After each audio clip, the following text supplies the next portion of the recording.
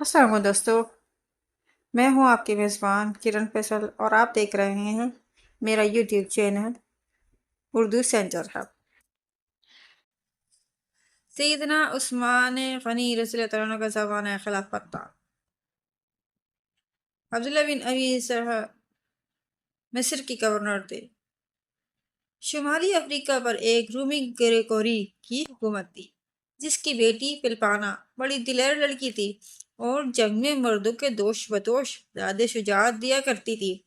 مسلمانوں اور عیسائیوں میں زبردست جنگ ہو رہی تھی، اگرچہ عیسائیوں کی فوج مسلمانوں کے مقابلے میں 4 گنا زیادہ تھی، لیکن پھر بھی مسلمان بہادری، دلیری اور جواں مردی سے عیسائیوں کے حملوں کو روک رہے تھے، جس کے باعث لڑائی طول پکڑ رہی تھی۔ جب مدت تک لڑائی کا کوئی فیصلہ نہ ہوا تو گریگوری نے اعلان کیا کہ جو رومن سپاہی مسلمانوں کے سپہ سالار ابن ابی سرح کا سر کاٹ کر لائے گا، مقررہ انعام و اکرام کے علاوہ وہ اپنی بیٹی فلپانا بھی اس کے نکاح میں دے گا۔ دوسری طرف ابن ابی سرح نے دربار خلافت سے امداد طلب کی اور سیدنا عثمان رضی اللہ عنہ نے عبداللہ بن زبیر کو ایک فوج دے کر مسلمانوں کی امداد کے لیے روانہ کیا۔ فلپانا جیسی حسین، خوبصورت اور بہادر لڑکی کو حاصل کرنے کا کون خواہش مند نہ تھا۔ عیسائی جوانوں میں خوشخبری سے ایک نیا ولولہ اور جوش پیدا ہو گیا، اور ان کی ہر ممکن کوشش تھی کہ جس طرح بھی بن پڑے ابن ابی سرح تک پہنچ جائیں۔ اس کوشش میں کتنے ہی عیسائی نوجوان خاک و خون میں تڑپ کر رہ گئے، لیکن اس کے باوجود ان کی کوشش میں کوئی کمی نہ آئی۔ یہ حالت دیکھ کر مسلمانوں میں قدرے گھبراہٹ پیدا ہو گئی۔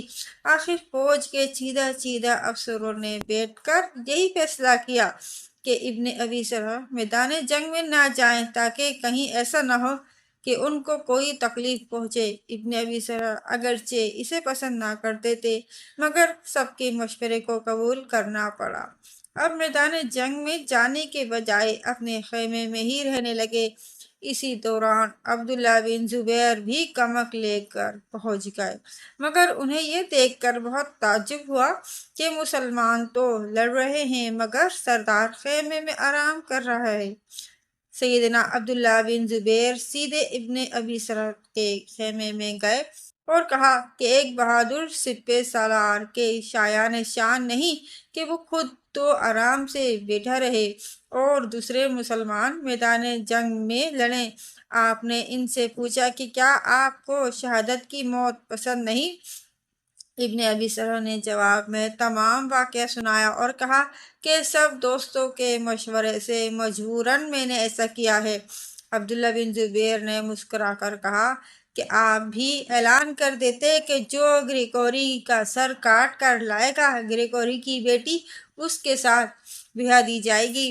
چنانچہ یہ اعلان کر دیا گیا۔ کمک آ جانے سے جنگ نے شدت اختیار کر لی تھی۔ نصف دن تک تمام میدان لاشوں سے اٹ گیا تھا۔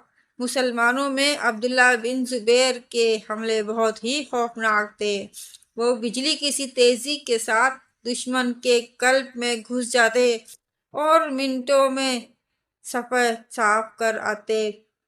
عبداللہ بن زبیر کے جرأت مندانہ حملوں کو دیکھ کر فلپانا کئی مرتبہ ان کے مقابلے پر آئی، مگر انہوں نے ہر مرتبہ اس کا وار بچا کر اس پر حملہ کرنے سے گریز کیا۔ وہ نہیں چاہتے تھے کہ ایک بہادر مسلمان کا ہاتھ ایک عورت پر اٹھے۔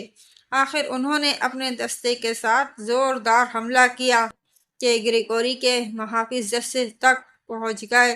لوہے سے لوہا بج رہا تھا۔ آخر عبداللہ بن زبیر رضی اللہ عنہ کئی نوجوانوں کو موت کی نیند سلا کر گریگوری تک پہنچ گئے۔